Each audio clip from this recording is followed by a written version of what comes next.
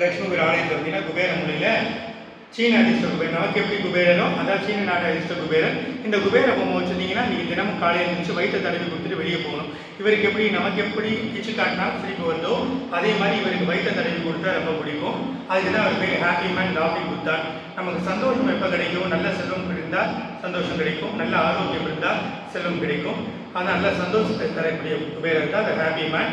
இந்த happy man Lakshmi Kubera Kubera மொழியில் இருக்குது. ரெண்டு சைடும் கண்ணாடி இருக்குது. ரெண்டு சைடும் கண்ணாடி எதுக்காக வச்சிருக்குன்னா இந்த குபேர மூலையில் நிறைய குபேரோட அம்சம் இங்கே இருக்கணும் அப்படின்னு தெரியறதுக்காக தான் இந்த ரெண்டு சைடும் கண்ணாடி இருக்குது. குபேரர் வந்து வடக்கு பார்த்த மாதிரி உட்கார்ந்துருக்காரு. பொதுவாக நீங்கள் உங்கள் வீட்டில் ஒரு பொருளை வச்சு அந்த வடக்கு பகுதி வந்து சொல்லுவாங்க, பொதுவாக பேச்சுவாக்கில் என்ன சொல்லுவாங்க, வடக்கு வாழ்கிறது தெற்கு தேய்கிறது அப்படிலாம் கூட சொல்லுவாங்க. பொதுவாகவே வடக்குனா வளர்ச்சி. டெல்லி கூட இந்தியாவோட தலைநகர் கூட டெல்லி வந்து வடக்கில் தான் இருக்குது. உங்களோட வீட்டோட வடக்கு பகுதி வளர்ந்துருக்க மாதிரி தெரியணும்னா இது மாதிரி ரெண்டு சைடு நீங்கள் கண்ணாடி வச்சிங்கன்னா நீங்கள் வந்து அந்த வடக்கு பகுதியை வளர்த்து விட்ட மாதிரி ஐதீகம் வந்துடும்.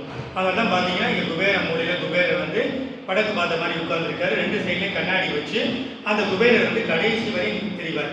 இந்த தகவலை வந்து நல்லா நீங்கள் கேட்டுட்டு ஞாபகமாக இதை பயன்படுத்துங்க. இந்த தகவலாம் நம்ம எல்லாமே என்ன சொல்கிறது, யாரும் இருக்கும் இடத்தில் இருந்து கொண்டால் எல்லாம் சௌக்கியமே. அதுதான் வாசோட சின்ன சின்ன விஷயங்களை நம்ம பயன்படுத்தும் பொழுது கண்டிப்பாக நமக்கு நல்ல